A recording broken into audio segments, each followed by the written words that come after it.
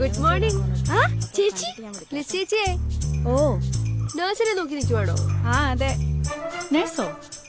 ഇതെന്താ പരിശോധിക്കാൻ വേണ്ടി നഴ്സ് വീട്ടിൽ വരുവോ? പിന്നല്ലാതെ ഗർഭിണികളുടെ കാര്യം നോക്കാൻ ജനകീയാരോഗ്യ കേന്ദ്രം ഉണ്ടല്ലോ.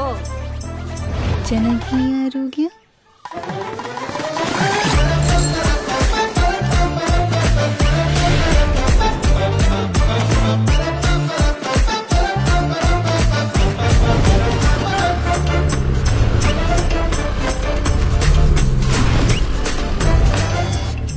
ടീച്ചറെ, ചൗച്ചേട്ടാ എങ്ങോട്ട് ധൃതിയില്?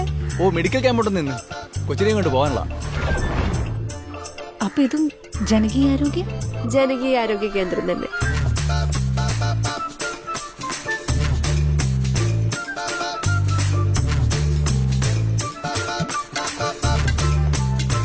അല്ല ഇതെന്താ ഇവിടെ എല്ലാരും കൂടി?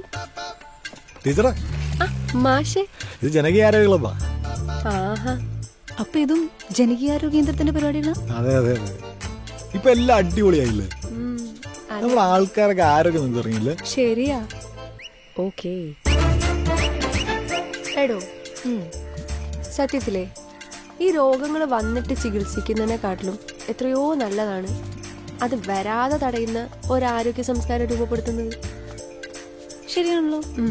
ജനങ്ങളുടെ എല്ലാ ജീവിതാവസ്ഥയിലും ജനകീയ ആരോഗ്യ കേന്ദ്രങ്ങൾ കൂടെ ഉണ്ട്. ആരോഗ്യം കാത്തു സംരക്ഷിക്കാനും വീണ്ടെടുക്കാനും. അപ്പൊ നമ്മളുടെ ജനങ്ങളുടെ ആരോഗ്യം ജനകീയ ആരോഗ്യ കേന്ദ്രങ്ങളിലൂടെ. അപ്പൊ നമ്മുടെ നാടും ആരോഗ്യ കേന്ദ്രങ്ങളൊക്കെ അടിപൊളിയാണല്ലേ? പിന്നല്ലാതെ.